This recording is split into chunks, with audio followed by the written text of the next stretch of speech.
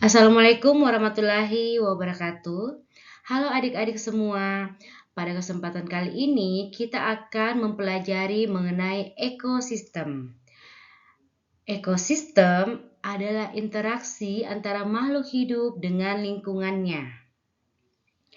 Adapun materi ekosistem yang akan kita pelajari pada kesempatan kali ini, yang pertama, komponen-komponen ekosistem, yang kedua, hubungan dalam ekosistem, dan yang ketiga, interaksi makhluk hidup. Komponen-komponen ekosistem terdiri dari komponen abiotik dan komponen biotik. Nah, komponen abiotik terdiri dari cahaya matahari, tanah, udara, mineral, dan air. Sedangkan komponen biotik terdiri dari manusia, hewan, dan tumbuhan. Nah, jika diperhatikan alur siklusnya, matahari memberikan sinar kepada tumbuhan dan tumbuhan hijau ini tumbuh dengan subur. Nah, tumbuhan ini sebagai produsen. Lalu tumbuhan hijau ini akan dikonsumsi oleh baik hewan maupun manusia. Nah, di siklus ini terlihat sapi yang sedang memakan tumbuhan hijau. Nah, sapi di sini bertindak sebagai konsumen.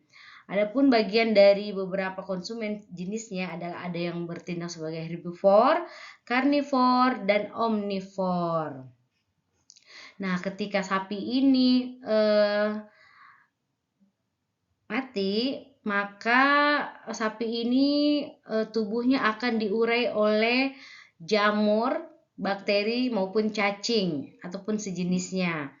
Nah, pengurai ini memberi dampak kepada tanah yang menyebabkan tanah ini akan subur. Nah, ketika tanah ini subur, maka tumbuhan yang tumbuh di tanah ini akan subur pula. Nah, sehingga terjadilah hubungan timbal balik antara makhluk hidup dengan lingkungannya membentuk sebuah ekosistem. Hubungan dalam ekosistem diawali dengan individu, yaitu sebagai makhluk hidup tunggal. Bisa dilihat di layar teman-teman, ada satu sapi yang hidup sendiri.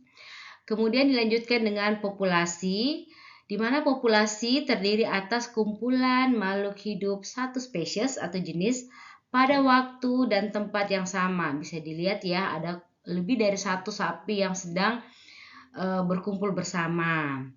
Kemudian dilanjutkan dengan komunitas. Nah, komunitas terbentuk dari interaksi antara populasi-populasi yang menempati wilayah tersebut. Nah, bisa dilihat di layar ada kumpulan sapi, ada kumpulan burung, kumpulan kupu-kupu itu berada pada satu wilayah. Nah, kemudian yang terakhir yaitu ekosistem. Ekosistem ini adalah komunitas yang berinteraksi dengan komponen abiotik. Nah, di layar ini bisa teman-teman lihat ada kumpulan sapi, kumpulan kupu-kupu, burung, bahkan ada tumbuhan, ada tanah. Mereka saling berinteraksi. Interaksi makhluk hidup. Yang pertama, simbiosis mutualisme, yaitu hubungan antara dua organisme yang berbeda jenis namun saling menguntungkan satu sama lain. Contohnya, sapi dan burung jala. Yang kedua, simbiosis paratisme, yaitu hubungan ketergantungan dua organisme yang hanya menguntungkan salah satu pihak dan pihak lainnya dirugikan. Contohnya, cacing pita yang berada di dalam perut sapi. Kemudian yang ketiga, simbiosis komensalisme, yaitu sebuah interaksi antara dua makhluk hidup yang menguntungkan salah satu pihak dan pihak lainnya tidak dirugikan dan tidak diuntungkan. Contohnya, pohon yang memberi tempat burung untuk membuat sarang.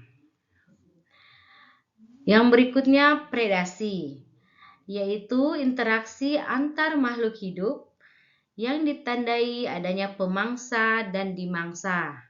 Nah, dalam hal ini pemangsanya adalah burung elang dan yang dimangsa adalah ular.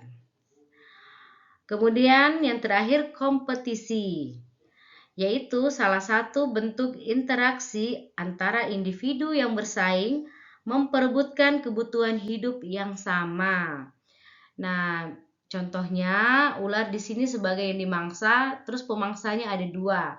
Bisa dilihat ya, pemangsa yang pertama adalah elang, kemudian pemangsa yang kedua adalah buaya.